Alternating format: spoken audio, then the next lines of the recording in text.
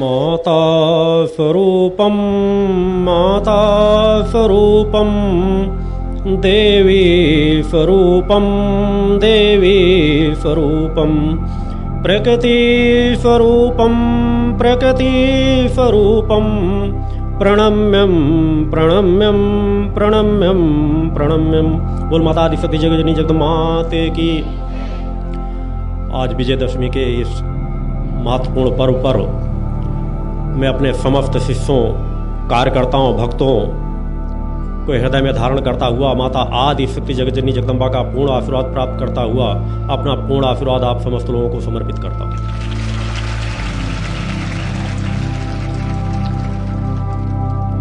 आज इस शिविर का आखिरी दिन और विजयदशमी पर्व है।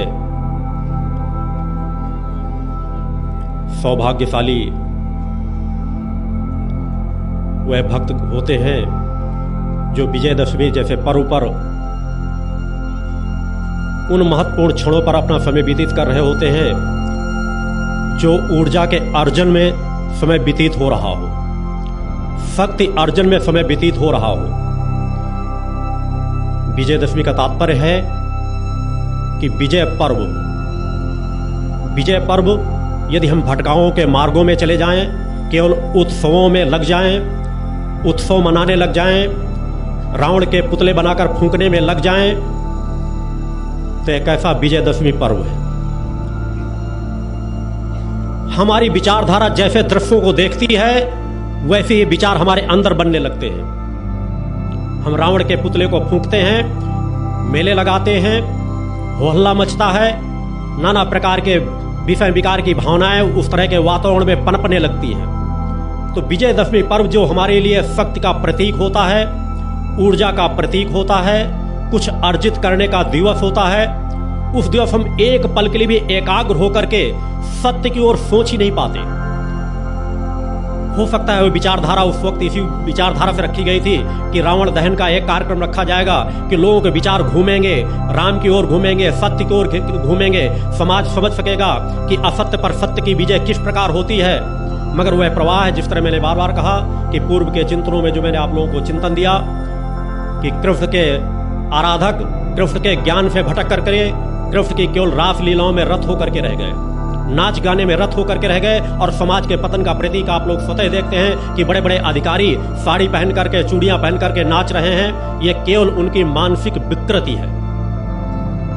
पतन का यही कारण है। मैंने 2 दिन के पूर्व के चिंतनों में आप लोगों को यह ज्ञान बताया, यह मार्ग बताया कि जो सत्य है कि जिस तरह हमारे एक माता एक पिता होगी, उसी तरह हमारी आत्मा की जननी भी एक ही होगी। कोई उसे देख सके या न देख सके, मगर सत्य यही है। जिस दिन उस सत्य तक कोई पहुंचेगा तो इस सत्य को स्वीकार करके मानेगा। मैंने आप लोगों को जानकारी भी दी कि धर्म क्या है और दान क्या है। दान के बारे में पुनः एक बार बताना चाहूंगा, क्योंकि कुछ शिष्य प्रातः उपस्थित हुए हैं, कुछ रात्रि तक पहुंच पाए थे, जिनका उद्देश्य केवल दीक्षा प्राप्त करने का था, जिसका दृश्य आप स्वतः देख सकते हैं कि जहां कल की भीड़ सायंकाल आवश्यकता से अधिक थी। मैंने बार बार कहा भटकाव क्यों होता है, उस बिंदु पर विचार ले जाना चाहता हूं कि आप लोगों को फल मिल जाए, बस हमारा कार्य हो गया। रिश्ता निभाना, आप लोगों को जो रिश्ता निभाने में मैंने बार बार कहा था कि जन्म में माता पिता जहां प्रेम शब्द आता है, मैंने इसके बारे में भी जानकारी दी थी कि प्रेम शब्द का यदि उच्चारण हो जाए तो केवल एक विचारधारा घूमती है, या तो प्रेमी प्रेमिका का प्रेम या तो पति का प्रेम। उस प्रेम की गहराई में आप डूब ही नहीं पाते कि माता पिता का भी एक प्रेम होता है, भाई बंधुओं का भी एक प्रेम होता है, इष्ट का भी एक प्रेम होता है, गुरु का भी एक प्रेम होता है। जो प्रेम संबंध हजारों संबंधों से जुड़ा हुआ है, उस तरफ हमारी आपकी किसी की निगाहें नहीं जाती। मगर जो केवल 2 रिश्तों से प्रेम शब्द जुड़ जाता है, जिसे वासनात्मक मार्ग कहते हैं, उस प्रेम की दिशाधारा को भटका करके वहां पर पहुंचा दिया गया। उसी प्रकार कि जिस तरह मैंने बार बार कहा कि यह चिंतन लोगों का आ रहा था कि उस प्रकट सत्ता की आराधना का इतना वर्णन वेदों पुराणों में क्यों नहीं किया गया, उसके रहस्य मैंने संक्षिप्त रूप से जानकारी कल और परसों में दिया कि क्यों भटकाव आया।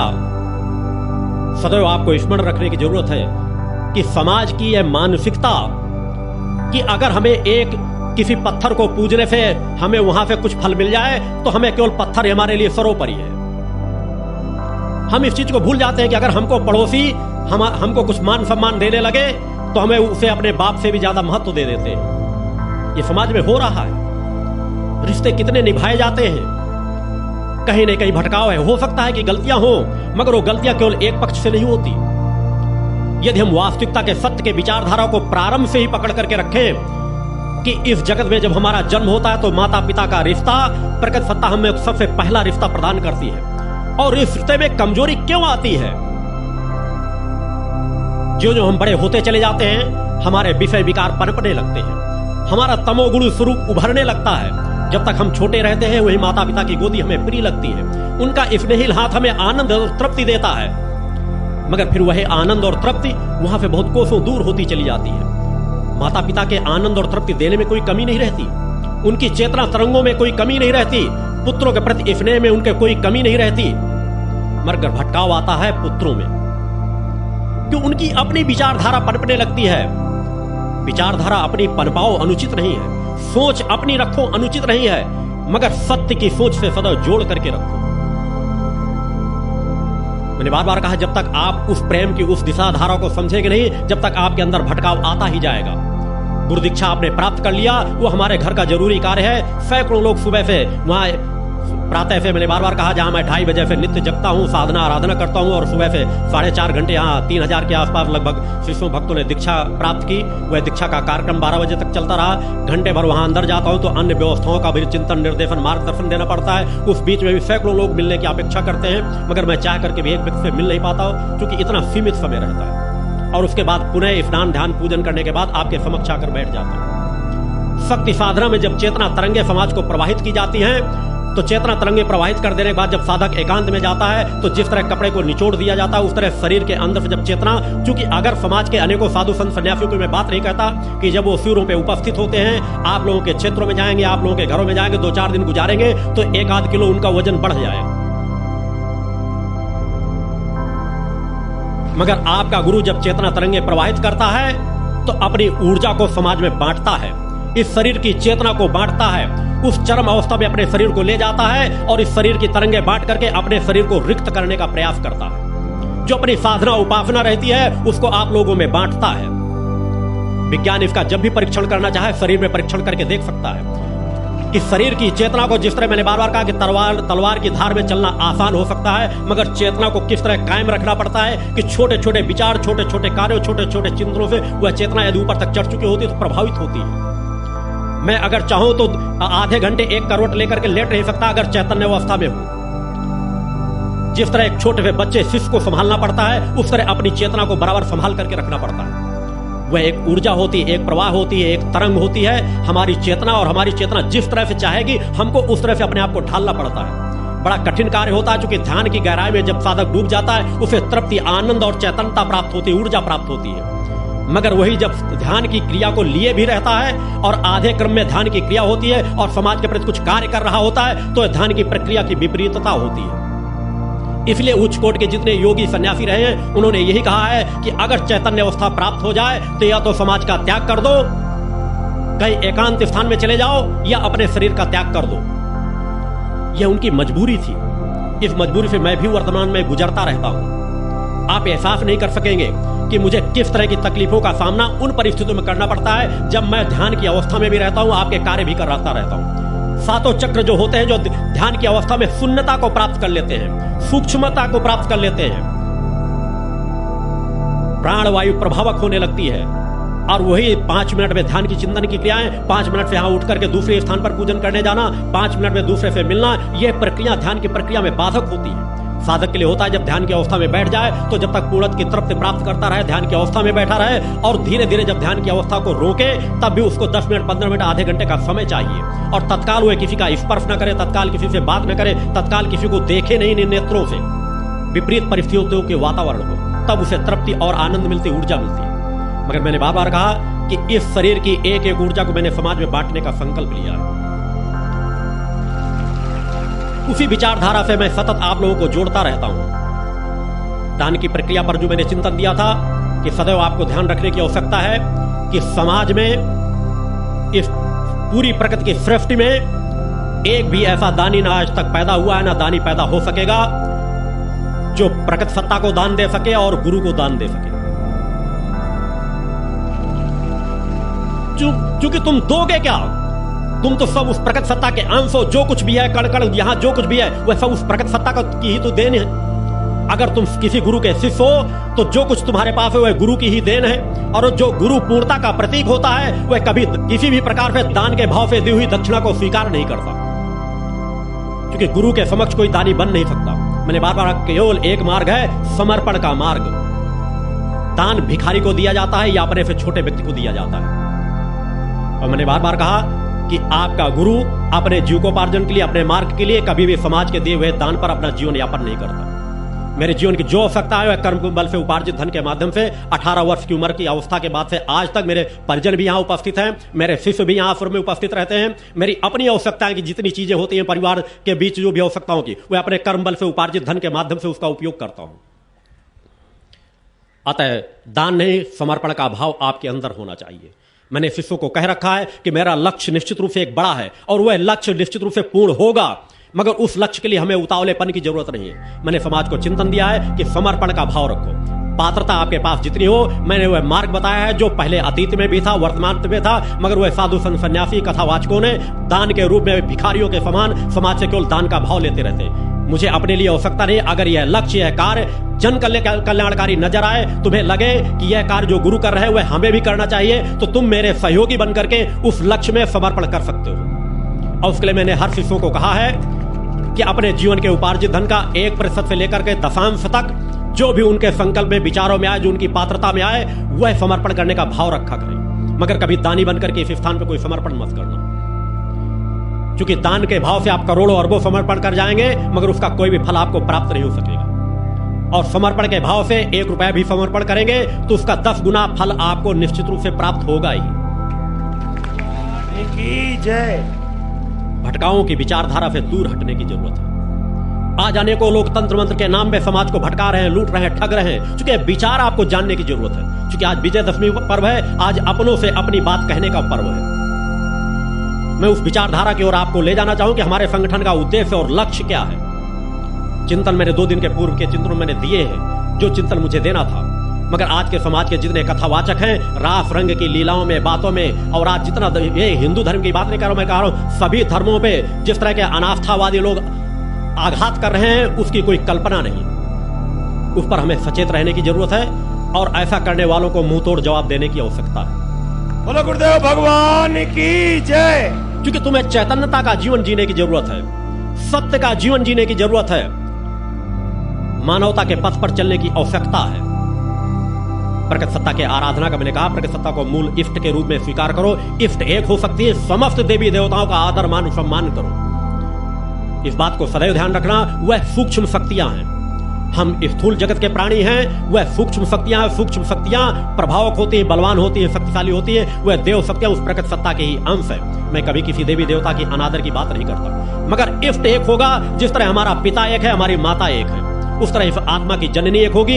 इसको आपको दृढ़ता के साथ अपने हृदय में धारण करने की आवश्यकता है। जिस तरह हमारे भाई बंधु अनेकों होते हैं, हमारे सहयोगी अनेकों होते हैं, उस तरह अनेकों देवी देवता हर काल परिस्थिति में हमारे सहयोग, हमारे कार्यों की पूर्ति के लिए उपस्थित हुए। उनका हमें आदर मान सम्मान करना चाहिए, मगर हमारा लक्ष्य एक होना चाहिए। वह विचारधारा आपके अंदर पटनी चाहिए। नहीं अन्यथा जिस प्रकार भटकाओं के मार्ग में आप जाएंगे तो कोई आपको योग के नाम पे लूट रहा है, कोई किसी चीज के नाम पे लूट रहा है। मैंने कल चिंतन दिया था कि योग के जो ज्ञान है, ज्ञान कभी भी धन लेकर के बांटा नहीं जाना चाहिए। गुरु दीक्षा भी मेरे द्वारा दी जाती है, दक्षिण का 1 रुपया शुल्क नहीं रखा जाता। क्योंकि आप हो सकता है समाज का ज्ञान ना हो, आप समाज का ज्ञान लेकर के देखें। 1-1 लाख रुपए तक की दीक्षा है, 10,000 की दीक्षा, 20,000 की दीक्षा, 50,000 की दीक्षा, अलग अलग नाम दे दी गए और उनकी दीक्षा इतने हजार दोगे तो यह दीक्षा आपको प्राप्त हो जाएगी। फोन से भी आप दीक्षा प्राप्त कर सकते हो। यही वह भटकाव है, यही वह पतन का मार्ग है। उन अधर्मी अन्यायी साधु संत सन्यासियों के द्वारा जो लाखों करोड़ों में दीक्षा बांट रहे हैं, बेच रहे हैं। न उनके पास उस दीक्षा की पात्रता है और न जो आपको दे रहे हैं उसका फल आपको प्राप्त होना है। जो मैंने कल चिंतन दिया था कि भविष्य में एक आयोजन की जरूरत है कि सत्य असत्य का निर्णय हो सके। विज्ञान कम से कम उन अपनी मशीनों से परीक्षण कर सके कि किस साधक के पास मन मस्तिष्क की शांति की, एकाग्रता की क्षमता कितनी अधिक है। कौन व्यक्ति अपने आप को स्थूल से परे ले जा सकता है, सूक्ष्म जगत में ले जा सकता है। कौन इस ऑक्सीजन से परे अपने आप को प्राणवायु पे स्थिर रख सकता है। नाना प्रकार के भटकाव हैं। योग जो ज्ञान विद्या जब से इस सृष्टि की रचना हुई तब से चली आ रही है, मगर समाज को फिर भी योग के नाम पे आज जिसके पास मीडिया है, जो अधर्मी अन्यायियों को इकट्ठा कर लेता है, उनसे करोड़ों लाखों रुपए ले लेता है, इकट्ठा करता, पहले हाथ जोड़ जोड़ करके। आप देखते होंगे टीवी सीरियलों में कभी वही कहते रहते हैं कि हमने फला मुख्यमंत्री के सामने झोली फैलाकर कहा कि हमारे कार्यक्रम में 2 मिनट के लिए उपस्थित हो जाना, 2 मिनट के लिए हमारे पास उपस्थित हो जाओ, एक संत की प्रार्थना स्वीकार कर लो। वही बड़े बड़े योगाचार्य जो अपने आप को ब्रह्मश्री कहते हैं, उन मुख्यमंत्रियों मंत्रियों के सामने झोली फहराकर भीख मांगते हैं 2 मिनट उपस्थित हो जाने के लिए। यह धर्म है?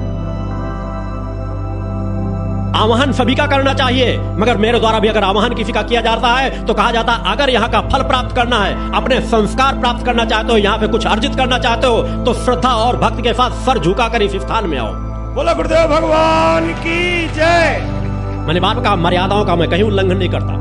समाज के जो बुद्धिजीवी वर्ग हैं, समाज में जो जनता के जनप्रतिनिधि हैं, उनका मान सम्मान होना चाहिए, उनको कुछ प्रमुखता मिलना चाहिए, मगर धर्म से अधिक प्रमुखता नहीं कि धर्म उनसे 2 मिनट के लिए झोली फैलाकर भीख मांगे। अरे यही झोली अगर उस प्रकार सत्ता के सामने फैलाए होते तो समाज का आज कल्याण हो रहा होता। उन्हीं से लाखों करोड़ों रुपए इकट्ठा कराएंगे, उसी लाखों करोड़ों रुपए के बल पर फिर वैभव दिखा करके, उन्हीं की तस्वीरें दिखाकर, उन्हीं सिंहासनों में बैठाल करके, अपने अगल बगल बैठाल करके, और फिर समाज को दिखाएंगे कि देखिए हमारा क्या वैभव है। ये भौतिकता का वैभव की तुम आराधना करते हो, ब्रह्मर्षि जैसे नाम अपने सामने संबोधित करते हो, योग को बेच रहे हो, इसका पतन होगा। कल को जगह जगह जो लाखों करोड़ों योगाचार तैयार होंगे, वो सब जगह अपनी अपनी दुकान लगाकर बैठ जाएंगे और योग को बेचने लगेंगे। और मार्ग भी गलत बताया जाता है। वो प्रमाण हैं, जिन चीजों के प्रमाण मेरे द्वारा वैज्ञानिक पद्धति से बताए जा सकते हैं, जो समाज के लिए हानिकारक है। अनेकों लोगों को बंदरों की तरह नाखून रगड़ते हुए देखेंगे, सर में बाल उगाएंगे, इस तरह नाखून रगड़ते हुए अनेकों लोग जहां देखेंगे। नाखून रगड़ना अभिशाप माना जाता था पहले। ऋषियों मुनियों ने बताया था कि नाखून से नाखून रगड़ना धन की, लक्ष्मी की, यश की और जन की हानि को प्रदान करता है। क्यों कहा गया था? चूंकि इसके पीछे वैज्ञानिक पद्धति छिपी हुई है। प्रकृति को यदि नाखूनों को यूं रगड़ना ही होता तो हमारे हाथ यूं न बनाकर के यूं बना दिया होता। इनका लाभ भी मिलता है, निश्चित ही ये अंग उन बिंदुओं से जुड़े हुए हैं, मगर इस तरह यदि आप नाखून रगड़ेंगे तो इस तरह नाखून रगड़ने से आपके अंदर तनाव के प्राप्त होंगे, आपकी मन की एकाग्रता खंडित होगी, और इससे आपकी चेतना, जो मूल चेतना, चूंकि मैंने बार का हो सकता है योगाचार आपके शरीर को केवल मोटापा कम कराना चाहते हो, आपको सुंदर बनाना चाहते हो, मगर योग का लक्ष्य है प्रकृति सत्ता की प्राप्ति। योग का लक्ष्य है स्थूल से सूक्ष्म की प्राप्ति, सूक्ष्म में कारण शरीर की प्राप्ति, अपने चेतना मन मस्तिष्क को एकाग्र कर लेने की प्राप्ति। इन नाखूनों को कभी ऐसे रगड़ना नहीं चाहिए। अगर है तो मैं कह रहा हूं कि 4-4, 6-6 घंटे लोगों को नाखून रगड़ाया जाए और मशीनें लोगों के सामने रख दी जाए और देखा जाए कि नाखून रगड़ने के वाले व्यक्ति के मन मस्तिष्क पर क्या प्रभाव पड़ रहा है। इनका लाभ यदि आपको लेना है तो इन नाखूनों को यूं ऐसे अंगूठा और हाथ लगा करके ऐसे मलना चाहिए। इनको मलने का, या आप ऐसे नाखूनों को रगड़ लें और अपने हथेली पर ऐसे इसका घर्षण करें। एक हथेली पर घर्षण करेंगे तब इसका आपको लाभ मिलेगा। इनको आप मसल सकते हैं, इनको आप ऐसे रगड़ सकते हैं, इसका आपको पूर्ण लाभ मिलेगा। जितना लाभ आपको उनके बताए हुए मार्ग से नहीं मिल रहा होगा, उतना लाभ आपको इस तरह से मिलेगा। इस तरह रगड़ने से आपका तनाव दूर होने लगेगा। आप कभी भी देखें, आप थकावट में हो, परेशान हो, कहीं थकावट से बाहर से आए हो, आपको आलस लग रहा हो, जड़ता लग रही हो, आप केवल इन नाखूनों को ऐसे आगे की उंगलियों को और हथेलियों को ऐसे रगड़ना सीख लीजिए। ऐसे रगड़िए, आपके बदन का दर्द दूर होने लगेगा। इनको आप मलना शुरू कर दीजिए। इनको मलना चाहिए, इस तरह रगड़ा जाना चाहिए। इनका उसका लाभ आपको तब मिलेगा, मगर यदि आप नाखून से नाखून का घर्षण करने लगेंगे तो इससे आपको तनाव की प्राप्ति होगी। कितने लोगों के बाल उगाए, एक आध, अगर लाखों करोड़ों में अगर एक आध के अंदर ऐसे, तो स्वाभाविक कई लोगों के देखेंगे कि दांत 80 साल की अवस्था में दांत निकल आते हैं, तो क्या उसको उसी चीज से जोड़ दिया जाएगा? इसी तरह जो अपने आप को ब्रह्म ऋषि कहते हैं, योगाचार्य कहते हैं, वह हस्त रेखा पर उनको यह भी ज्ञान नहीं कि हस्त रेखा में जीवन रेखा कौन सी है। मैं तो उस दिन देखकर आश्चर्यचकित रह गया। यही वह लोग होते हैं अज्ञानी, जिनको जहां से थोड़ा सा मिल गया अपने आप को सब कुछ मान बैठे और उन्होंने सोचा जो कुछ हम कह रहे हैं वही सर्वश्रेष्ठ है। मैं जो कह रहा हूं वह अतीत से एक जगह नहीं, लाखों जगह प्रमाणित लिखा हुआ मिलेगा। मैंने कभी हस्तरेखा के किसी पुस्तकों का ज्ञान इस जीवन में प्राप्त नहीं किया, मगर मैंने बार बार कहा कि हस्तरेखा के कितने प्रमाण में दे चुका हूं कि अगर दूर 50 मीटर दूर से भी अगर हस्तरेखा कोई एक रेखा मुझे दिखाई दे जाती, मैं बता सकता हूं इसका भविष्य किसका क्या है, और इसके प्रमाण मैंने समाज को दिए। कि जब मैं एक राजस्थान में जहां चौहान के साथ जब वहां रह रहा था, तो वह हस्तरेखा विशेषज्ञ थे, मैं गया हुआ था, चूंकि मैंने बार कहा कुछ संस्थाओं में मैं अपने चिंतन पहले देने गया, तो मैं चाहता था कि मुझे समाज के बीच ना आना पड़े। मैं वो 2-4 संस्थाओं में गया, मैंने संपर्क किया जो कहीं ना कहीं सत्य की विचारधारा से उनके संस्कार थे मगर समाज में भटक चुके थे। मैं उनके पास गया कि अपनी सत्य का कुछ एहसास कराऊंगा, जानकारी दूंगा तो शायद वो सत्मार्ग में बढ़ जाएं, तो मुझे अपना परिचय न देना पड़े। मैं उनके साथ जुड़ करके वो अपने आप को पुजवाते रहे। चूंकि सबसे ज्यादा मैंने बार कहा, अगर मुझे कष्ट होता है तो अपने आप को पुजवाने का, जब आप मेरे सामने प्रार्थना निवेदन कर रहे होते हैं। मगर आपकी मजबूरी है कि आप मुझको ही माध्यम बनाकर उस प्रकट सत्ता की ओर तक जा सकते हैं, मगर मेरे लिए कष्टदायी क्षण होते हैं। मैं चाहता हूं कि मैं साधक हूं, मुझे जो कुछ मिलना है मां के चरणों से मिलना है और मुझे जो कुछ देना है आपको देना, मगर उसके लिए अगर आप प्रार्थना करते रहे तो मुझे अनुचित सा लगा करता है। इसलिए मैं अधिकांशतः माल्यार्पण नहीं कराता, अधिकांश लोग अपने पैर पूजन कराता हूं, न अपनी सेवाएं लेने का प्रयास करता हूं। क्योंकि तो मेरा धर्म है कि अगर मैं समाज के बीच आया हूं तो आपको कुछ दूं, और अगर समाज के बीच न रहना होता तो एकांत स्थानों में कहीं चला जाता या अपना परिचय ही नहीं बताता। मैं वहां पर था, अनेकों प्रकार की घटनाओं से मैं आज अगर चौहान यहां पर मौजूद है तो चौहान उस संस्था में वहां सेवा कर रहा था। मगर उसने कुछ वहां पर देखा कि मैं अगर प्रातः 6 बजे बैठ जाता था ध्यान साधना पूजन में, तो सायंकाल शायद इससे भी बात 7 या 8 बजे सायंकाल उठता था। मेरे 2-3 महीने रहे, मैं एक ऐसे स्थान पर जाकर के उनको एहसास कराना चाहता था कि सत्य को अगर वो महसूस कर सके शायद उनके चिंतन बदल जाए। क्योंकि उनसे एक समाज जुड़ा हुआ था, भावनात्मक क्रम से उन्होंने समाज उसी बिंदु से जोड़ा था जिस बिंदु से आज मैं यहां पर आया हूं। मुझे लगा शायद ये मेरे कार्य क्षमता से, मेरे विचारों से कहीं ना कहीं आकर्षित होंगे और मैं जो कहूंगा उसका पालन ये करने लगेंगे।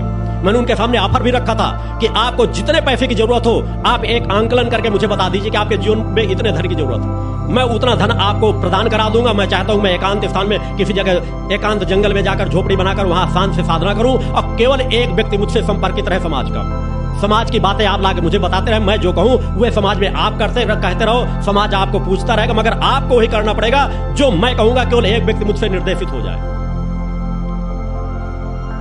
12-12 घंटे एक आसन में बगैर एक बूंद जल ग्रहण किए लगातार मेरी साधनाएं चलती रहे। उससे मैंने उन लोगों को एहसास कराया, उससे वो प्रभावित भी हुए, मुझे आवश्यकता से ज्यादा महत्व भी देने लगे।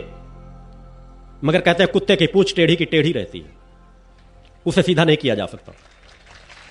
वहां हस्तरेखा, वो अपने आप को हस्तरेखा विशेषज्ञ कहते थे। बड़ी एक टीम बैठा करती थी जो टेबलों में लोगों के पेपर आते थे, पत्र आते थे, हस्तरेखा को लोग छाया प्रति भेजा करते थे और छाया प्रति भेज करके उनके उत्तर वो लिखाया करते थे। मैं कभी कभार जब उधर बैठा रहा करता तो अंदर ही अंदर एक विशेष परिस्थिति मेरे अंदर आया करती थी कि अधिकांश जो कुछ भी लिखा रहे हैं 90% गलत लिखाते। एक बार इसी तरह मुझसे रहा नहीं गया और लगभग जितनी दूर शायद ये सदस्य बैठे हुए हैं उतनी दूर पर एक टेबल लगी थी, वहीं पर एक पत्र खोला गया।